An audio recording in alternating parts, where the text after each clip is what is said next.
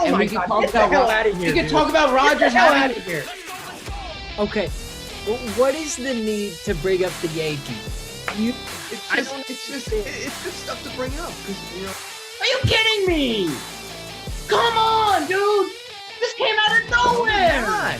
Clemson is a top team. Don't start with that. Clemson's a top team, no doubt, 100%. Unless they're on Saturday, then they might move down.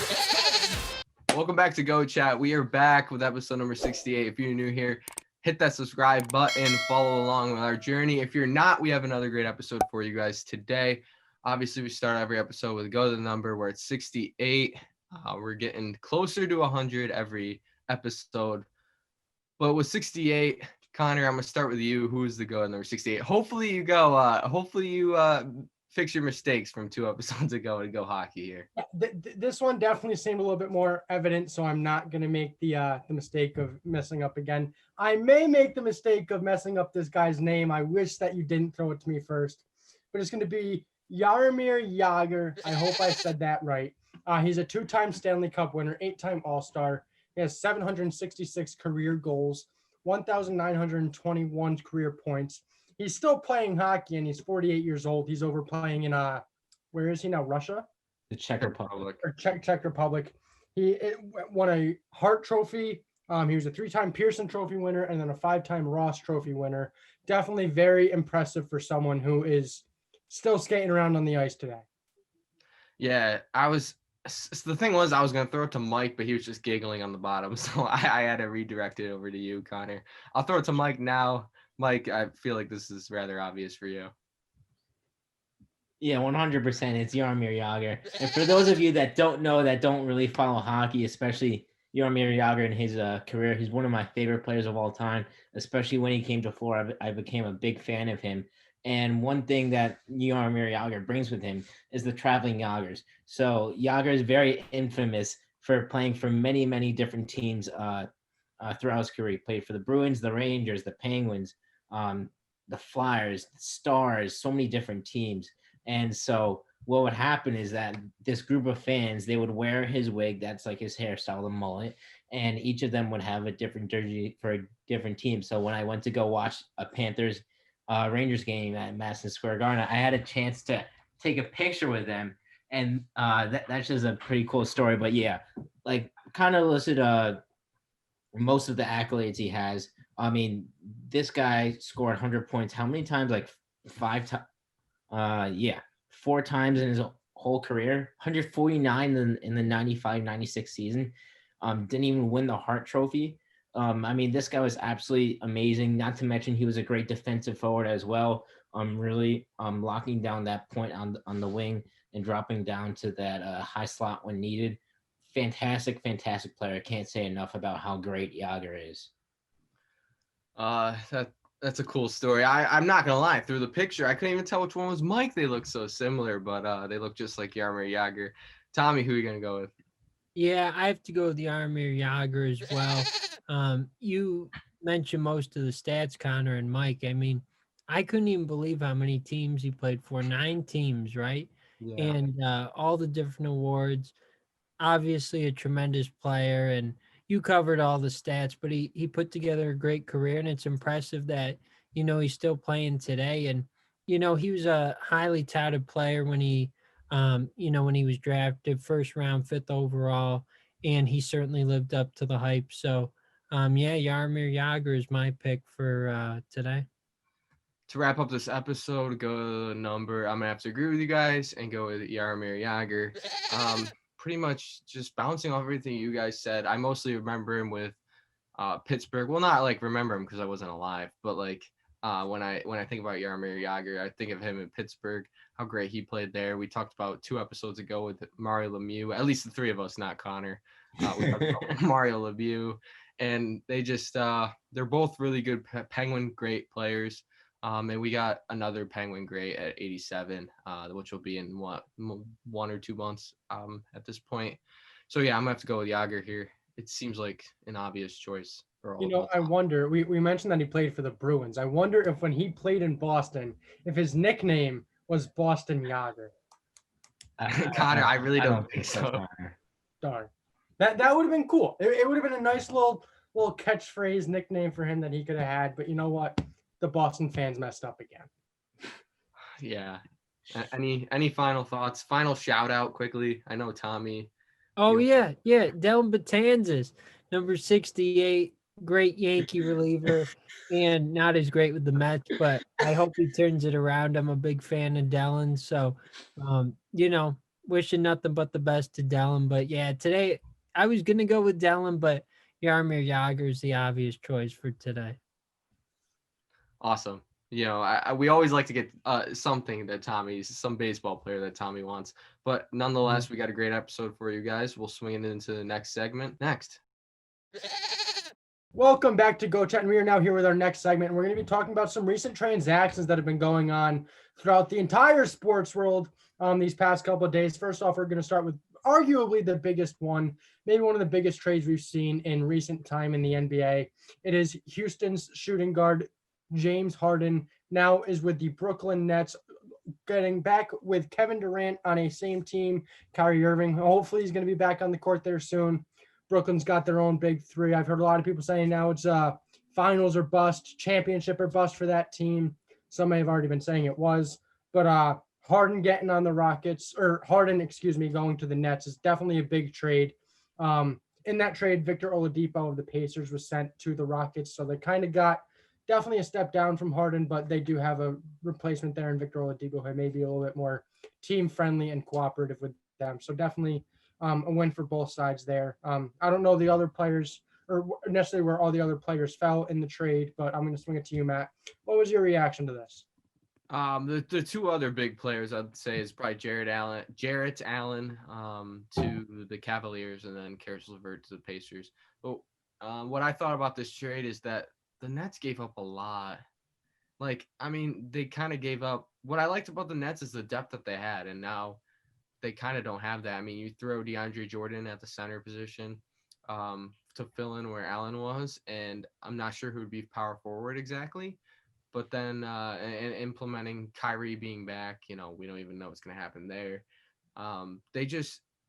Dinwiddie's out too. I don't know. It's just like they have a really good big three. I'm not saying they're not going to make to the finals. They probably will. But it's a little alarming that you're giving up the how much they gave up. And it's kind of I would say it's kind of relieving for me because I was worried that the Sixers were going to give up too much. Now, I did hear something, and I don't know if it's incredibly factual, but I heard that the 76ers had a deal in place, or they had offered Houston a trade that was including Ben Simmons and their rookie that they drafted. Maxey. Yeah, Maxey's been balling out, so I don't know how I'd feel about that. But it's kind of like a fresh breath of air seeing James Harden done, seeing that drama all done we've talked about before. In regards to the other teams, I think the Rockets getting out Oladipo, that's pretty intriguing to see Oladipo, John Wall, see what they could do with the Rockets. I definitely think the Rockets are going into a little rebuild phase, and they're going to try to make it to the top eventually in the future, and I think they have a bright one.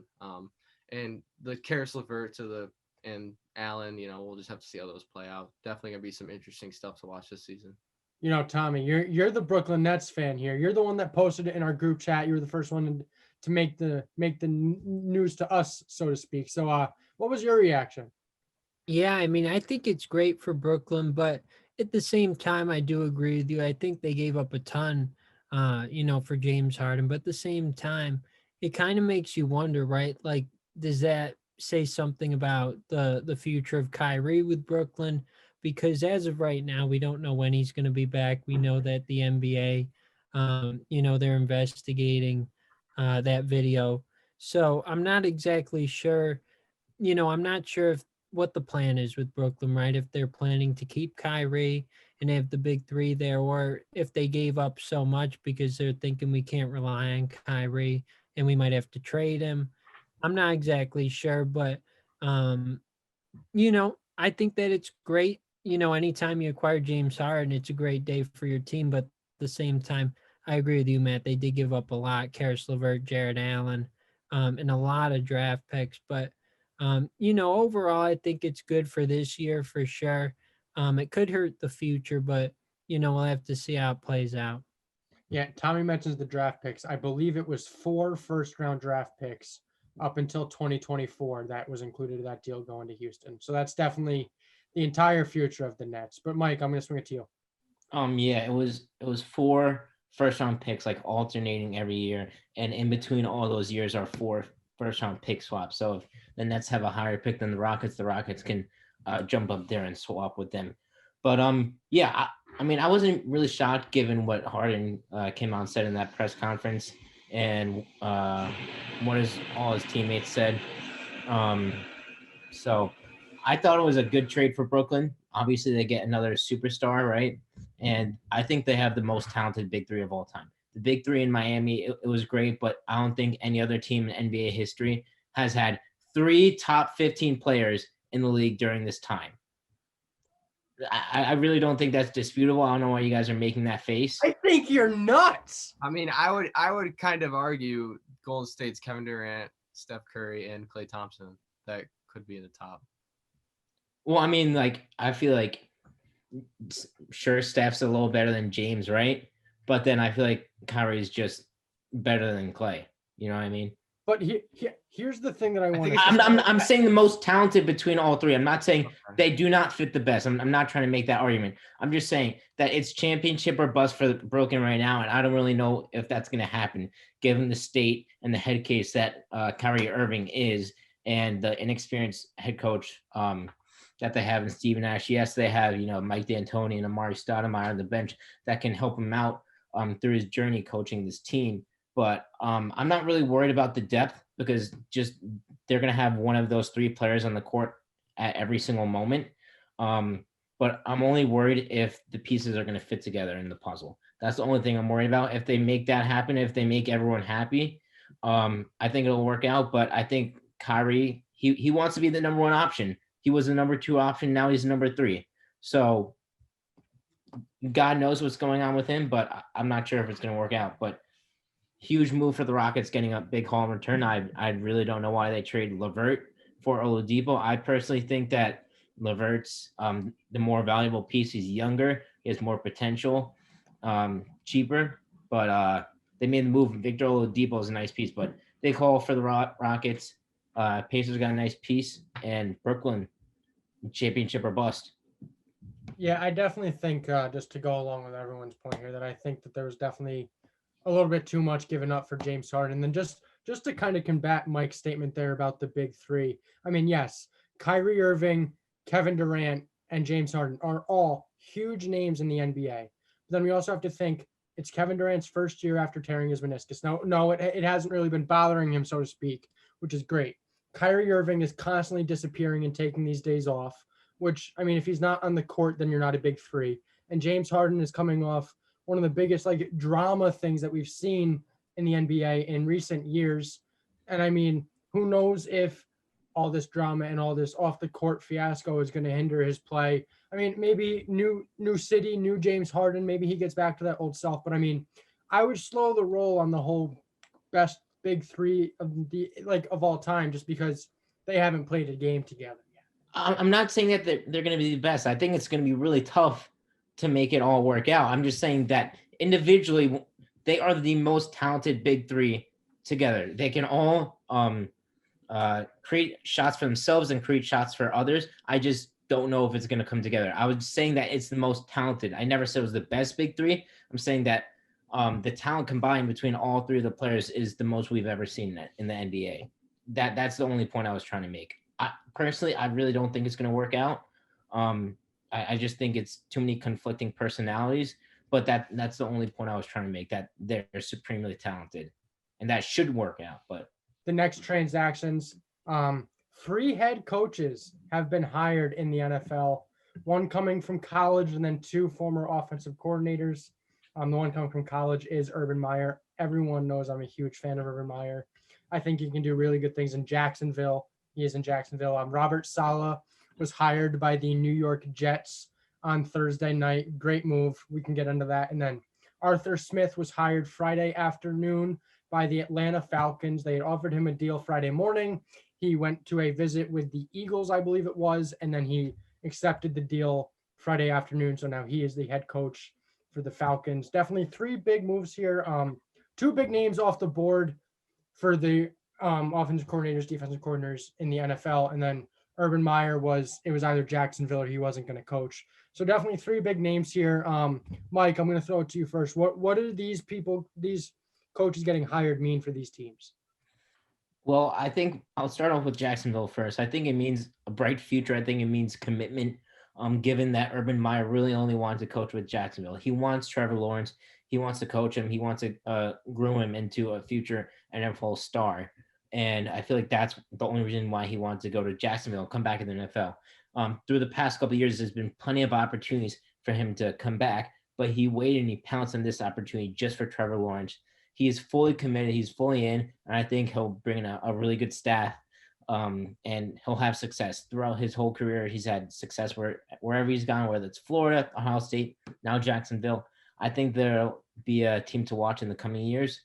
With the New York Jets, I like the change in culture. I think Robert Saleh, he's gonna bring that just a really 49ers mentality. And what I mean by that is just the next person up.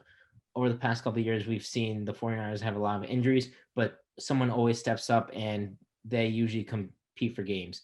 And I think he'll bring that mentality. He'll be good. He'll bring in really good defensive system that he had in San Francisco. And that's also good hire. I think probably I like Arthur Smith, but he did have Derrick Henry and one of the best running backs in the league. They don't have anything near that in Atlanta, so I'm kind of worried about that, but they still have explosive offensive pieces with Julio Jones and Calvin Ridley, and Matt Ryan is still a really good quarterback. So I think these all were good hires, nothing out of the blue, but all really good, solid hires. Matt, what's your analysis on these three names here? I would say my favorite one out of these is Saleh. I feel like he was one of the best coaching candidates in this coaching candidate pool per se this offseason, alongside I'm really high of Joe Brady, who hopefully will get signed as a head coach soon enough. But I like Saleh. The 49ers defense has been incredible these past few years, and he's really been that mastermind. He should have been hired last year, but I'm just glad to see him hired now. I think he's one of the better candidates, and it's definitely probably relieving as a Jets fan like you, Connor, and probably a Jets franchise to get a new head coach in and get a whole new slate, kind of coping with Adam Gase's last season this past year. And in regards to Urban Meyer, I don't know. I'm a little iffy on that one. I'm not sure if Urban Meyer is going to be an incredible coach as he was in college, because we saw Nick Saban come to the NFL and that just didn't work out. So I don't know how that's going to translate. And they're really taking a shot in the dark with this, because Urban Meyer hasn't coached in 3 years, 2 years. So it definitely could be a great hire, but I'm just a little iffy on that. I'd probably say Saleh's my favorite one out of three. And then the last one, the Titans offensive coordinator, they've had some great offensive coordinators in the past few years, one being Matt LaFleur. So we'll see how it is. And also I like bringing in Mike LaFleur with the Jets too as the offensive coordinator. Was a good move too. Tommy, what are you thinking? Yeah, I agree. I mean, the Urban Meyer move, I'm not exactly sure because it's a 2-year deal, right? And, will he be around, beyond that? I'm not sure. So, see, that's kind of difficult because you're bringing him in for Trevor Lawrence, right? Which, I think that he could do a good job. I mean, obviously with Ohio State and, throughout his entire college career, he was with Bowling Green, I believe, Utah, Florida. He was great, 187 and 32 all time. So it's tough to be much better than that. But like you brought up, Matt, that doesn't always translate to the NFL, like with Nick Saban. And, I certainly think that he can do well, but I don't know if he's somebody that's in it for the long haul. So because of that, I'm a little iffy too. And then, Robert Saleh, I think that is a good move for the Jets. I mean, everybody agreed that it was time to move on from Adam Gase, right? And, they did that by bringing him in, and it seems that everyone likes him. everything that they say about him. He came from the 49ers. So certainly think that that'll be a good culture change for the Jets. And, with Arthur Smith, he's been in the league for a long time. He's been a coach. He started out in college with North Carolina in 2006. Then he went to Washington for a couple years, came back to college, and then he's been in the NFL ever since. He's been with the Titans since 2011. And, all good things about him as well. So, he had various roles with the Titans, and like you mentioned, most recently the offensive coordinator. So I think that's a good move. He's an experienced coach, and yeah, I think they're all pretty good moves. Yeah, the thing with Urban Meyer is he left Ohio State because of, like, he would always get really bad migraines and headaches, and he has a lot of health issues that he's dealing with, and he took the retirement to go spend time with his family in case anything were to happen with his health risks. So I definitely think they're taking a huge step with Urban Meyer coming in. I mean, it's definitely a risk. Tommy mentions it being a 2-year deal.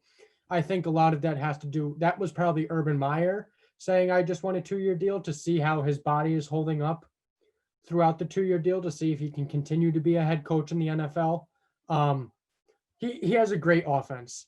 I definitely think he can be a great coach for Trevor Lawrence and for the Jacksonville Jaguars. I mean, they have really young players on the defense, and CJ Henderson, Miles Jack, Josh Allen, Joe Schobert. All of these players are really good, and I really think that these players can excel under Urban Meyer. It's just all about if he can actually take that step from college to the NFL and the coaching realms and actually succeed. As far as Robert Saleh, I mean, being a Jets fan, I was so relieved on Thursday night when the news came out that he was hired. He was in the building on Tuesday night. He left without a deal. He went to Philadelphia on Wednesday, and then the Jets hired him on Thursday. So definitely it was a huge relief. They got their guy. He's definitely going to bring that intensity. Anyone who knows Robert Saleh knows he is running around the sideline. He is hugging his players. He is talking to his players consistently. He's always game planning. When he first started out in Houston, he was like he was the scout team coach in Houston in like 2003. And I read something that normally scout coaches, they don't get paid a lot of money. They don't put a lot of time into their job. They just make sure that the scout team can go out there and give the first team reps and give them good looks. And Robert Saleh just showed so much intensity in his first job in the NFL when he was 25 years old that, I mean, it was only a matter of time until he got up there to be a head coach. And Richard Sherman, shortly after he was hired, went to Twitter and said the Jets got a great one. It's definitely going to be a big culture change. It was a huge weight off the shoulders seeing a new coach come in after Adam Gase. Mike LaFleur being the offensive coordinator, I think can be really, really good. I like that addition. He was the passing game coordinator in San Francisco, so you just got to hope that he's able to bring a really good offense to New York. I'm interested to see who they're going to bring in for a defensive coordinator. I'm intrigued by the DB's coach in New Orleans, Aaron Glenn. He played for the Jets back in the 90s, so I think he could be a really good defensive coordinator. But Saleh is definitely a good hire. As far as Arthur Smith, Mike kind of alluded to it. He has experience in the NFL, but he also has Derrick Henry and a stud of a receiver in A.J. Brown and a consistent quarterback over the past couple of years in Ryan Tannehill. Now, yes, Tannehill over his career has been very consistent when he was with Adam Gase in Miami.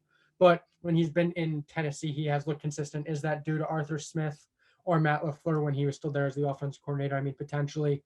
The Falcons are probably going to be taking a quarterback with the number 4 overall pick, I would assume, because Matt Ryan is 1 year left on his deal. It's going to be interesting. I definitely think all of these coaching candidates have a huge upside to their hires. Saleh was hired for 5 years. I don't know the logistics of Arthur Smith's deal, but I mean, you would assume he's a middle-aged head coach, probably 3 to 4 years.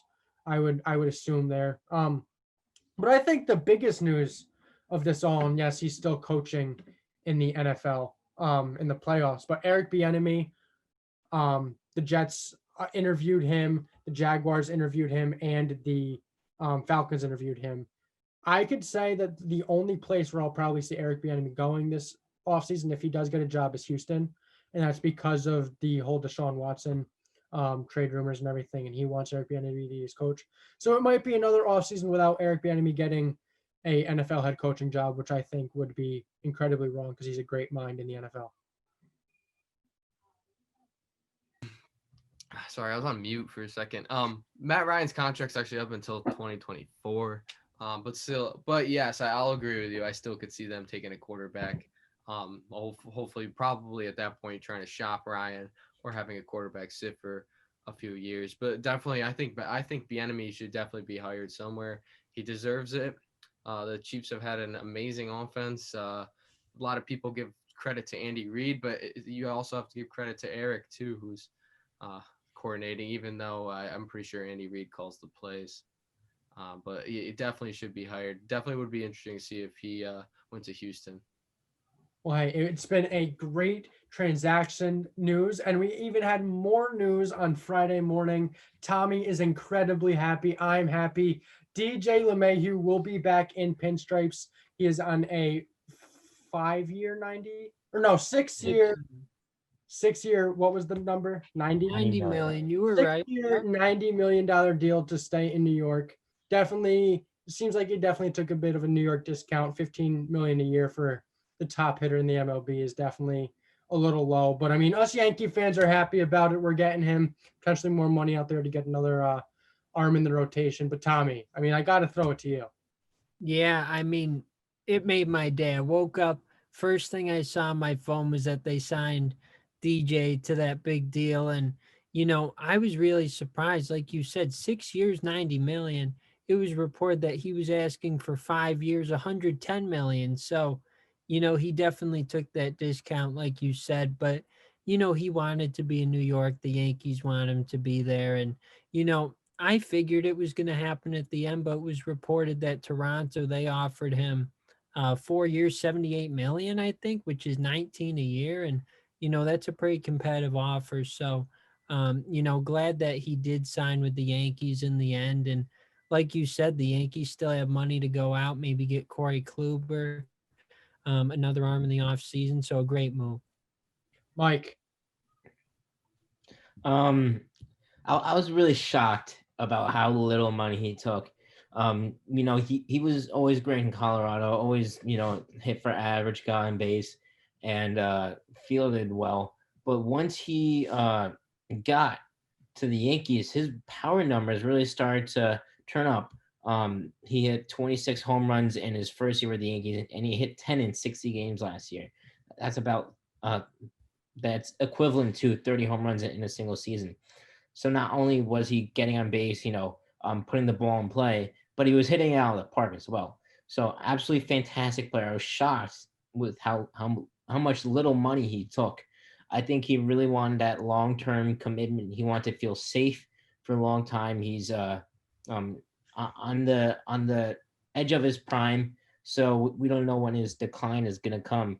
But I think he wanted that long-term security. I just think he could have gotten much, much more money. But, it's up to him. The Yankees got a fantastic deal. Let's see if they do anything with the rest of the money left over. Matt. Definitely a great deal for the Yankees, Tommy. I'm excited for you. Thank you. He was a guy that you wanted. You gave out the message. He replied with and accepting that offer, and it definitely, you could tell that he wanted to be on the Yankees if he's accepting less money a year than the Blue Jays. I think what you guys said, the Blue Jays tried to offer him a deal. So it's definitely good to hear for Yankees fans. I'm not a Yankees fan, but I really don't hate any baseball team. So just happy to see that Tommy's morning was made today. Yeah, lots already been said. I mean, it's just going to be great to see DJ back in pinstripes, and I'm just getting ready for baseball, Tommy. How many days till opening day? I don't even know. I got to check it. I think it's around 100-ish, but I know that we're 5 weeks from spring You're training. known for having an opening day countdown on Twitter.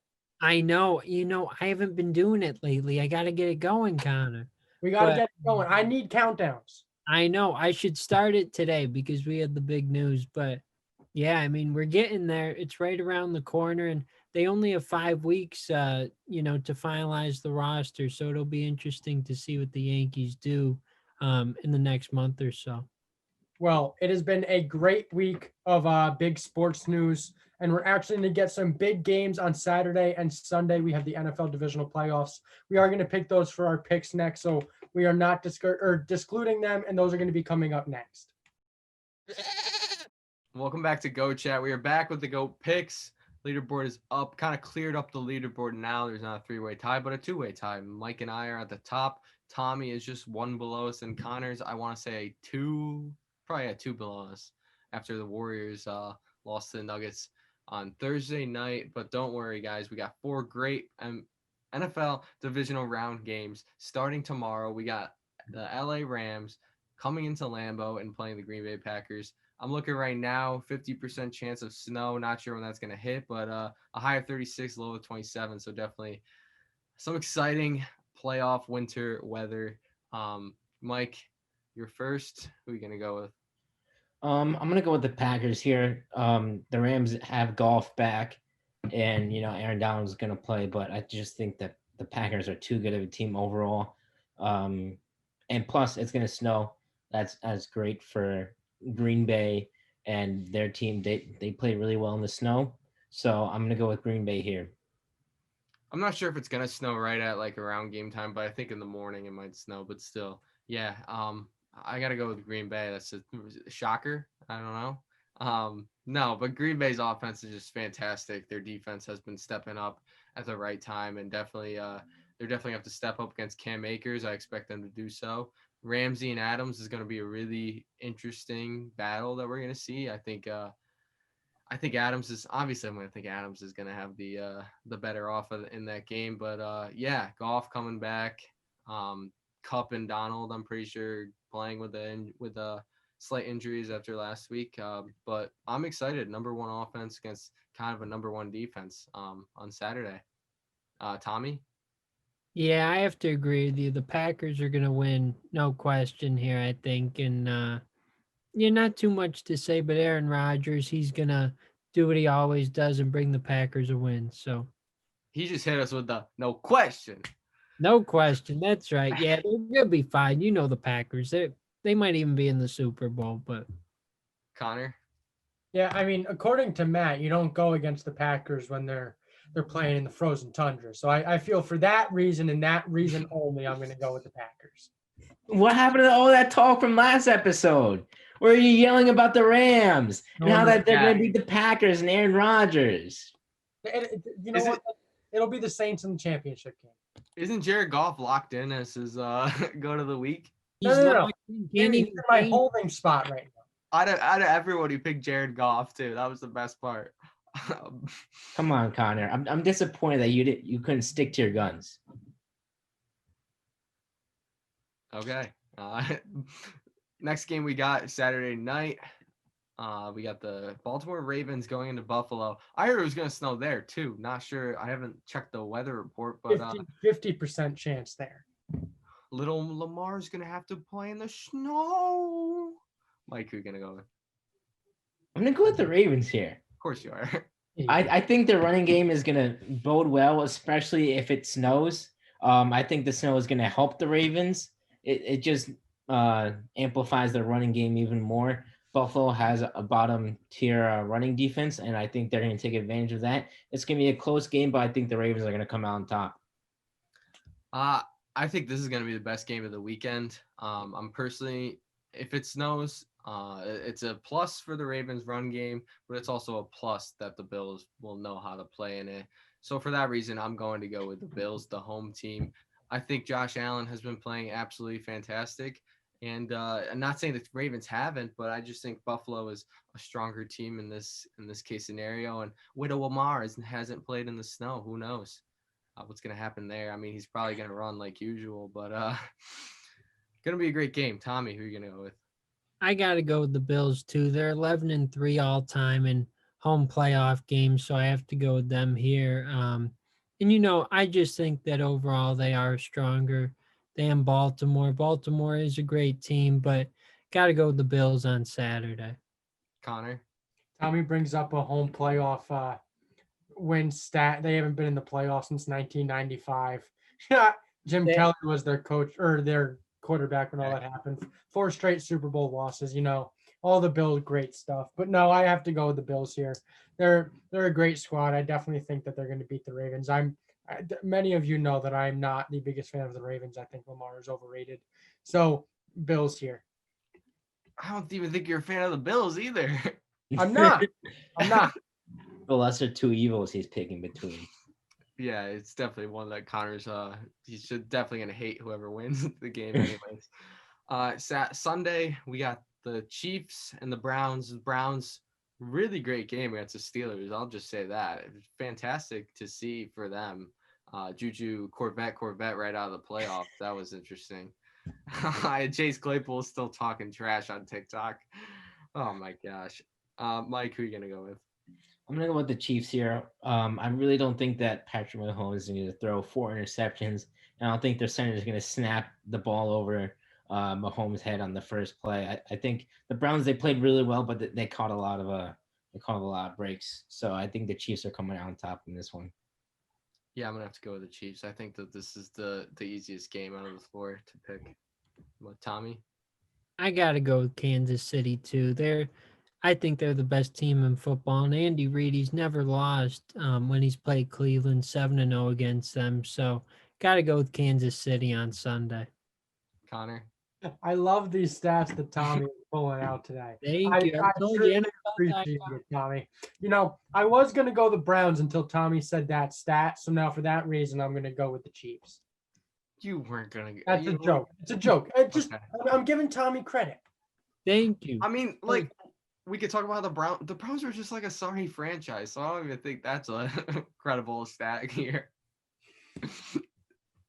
It could Tommy, we appreciate it. Good job, Tommy.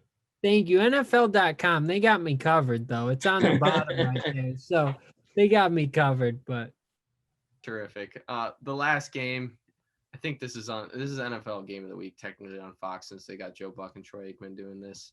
Right. But it's the Tampa Bay Buccaneers and the New Orleans Saints. They played already 2 times. We both know what happened in those 2 times. Mike, I feel like you're just gonna go with the Buccaneers here. Yeah, I'm gonna go with the Bucs here. I think 3rd time's a charm. I understand that they got absolutely destroyed the first 2 times against the Ravens, but I think they'll learn from their mistakes, and I think their playoff run is going to continue. Yeah, they definitely learned from their mistakes in the second game from the first one. That was such a great game. Really great Sunday. I think it was Sunday Night Football game too. I think the Saints are going to win this game. I just don't think that the Buccaneers are going to have what it takes to beat the Saints.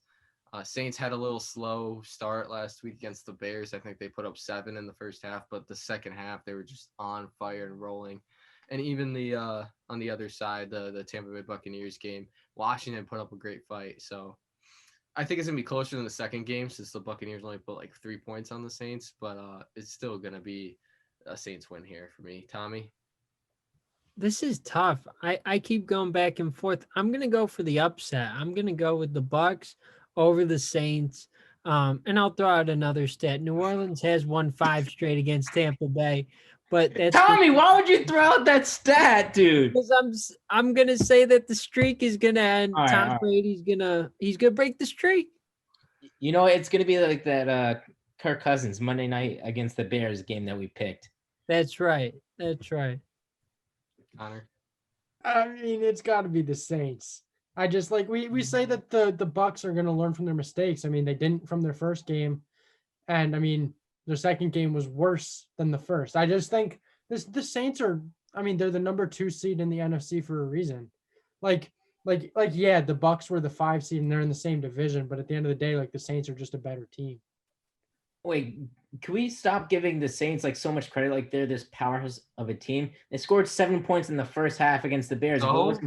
If it wasn't for a dropped touchdown that went right through Javon Wims' hands, that would have been a totally different game. So yeah, the Saints really didn't play well last week against the Bears. They got lucky to get out of that game. Let's be honest. Did you watch the second half or no? I watched the second half. They only scored 14 points. Were you watching Nickelodeon and the SpongeBob stuff in the background there? No, the reason why I say the Saints are so good is because they held the number 2 seed in the NFC consistently Well, they had Taysom Hill as their starting quarterback for 4 or 5 games. Like, Taysom Hill isn't Drew Brees under center. Like, yeah, Taysom Hill may have been a viable option when they played the Falcons twice and the Panthers and something like that. Exactly. They played no one. But it's still not Drew Brees, and the team still fired. God. They fired on all cylinders. Yeah, It was like Drew Brees was under center. There was no miscommunication between quarterback and wide receivers or anything. Like, they played really well. So now you have Drew Brees back under center against this Tampa Bay team that he torched both games that they played. I don't think Tampa Bay played a close game against Washington. This game isn't going to be close. Tampa Bay put 30 points up against a top 3 defense in the NFL. And their defense That's fantastic. Their defense allowed points to Taylor Heineke. Okay, all credit to Taylor Heineke because he played fantastic. He was making against the Alex Smith can't make. He was running the ball like Alex Smith can't run. What about that touchdown run where he leaped for the pylon at like the 5-yard line? Sure, he made great plays, but you're still going up against a Tampa Bay defense that's been highly regarded all season. All season, they've been highly regarded. And you're giving up 23 points to Taylor Heineke, who up until a month ago was a freaking finance kid. He played amazing. He played really well. It's not like he played like a backup quarterback and they scored 23 points. No, he played like a star quarterback and they put up that many points. Yeah, he played good because the Tampa Bay defense that's so highly regarded, they didn't play good. Oh my God. He was throwing tight balls in the tight windows and making tough plays with his legs. Okay? It's not like these wide receivers were wide open down the field, and it's not like they were wide open running lanes for J.D. McKissic. The Bucs are winning this game, and they're going to advance to the NFC Championship game. Mike's funny. Mike just lost himself first place in the. All right, Mr. Last place. Let's see how your streak continues. At least I have a trophy under my name. Do you? How long ago was that? How long ago was that? Come on, bro. Come on. Tommy, how you doing down there? Well, I don't have a trophy either, so I don't have anything to say, but I'm doing good. Oh, that's good. Oh, that's good. I don't think we should argue more. I would just say that Falcons almost beat the Buccaneers, so just gonna put that out there. Anyways, another great episode. Is subscribe, watch some football this weekend. Follow us on Instagram. I think we got over the 500 home. Please tell me we did. Yes. Yeah, we did. Okay, that's good. We're not going to post about that though, so nobody just unfollows us because we passed 500. But anyways, subscribe, Instagram, blah blah blah. We'll see you guys on Wednesday. Okay. It's like the days are just like. We'll see you then. Peace out.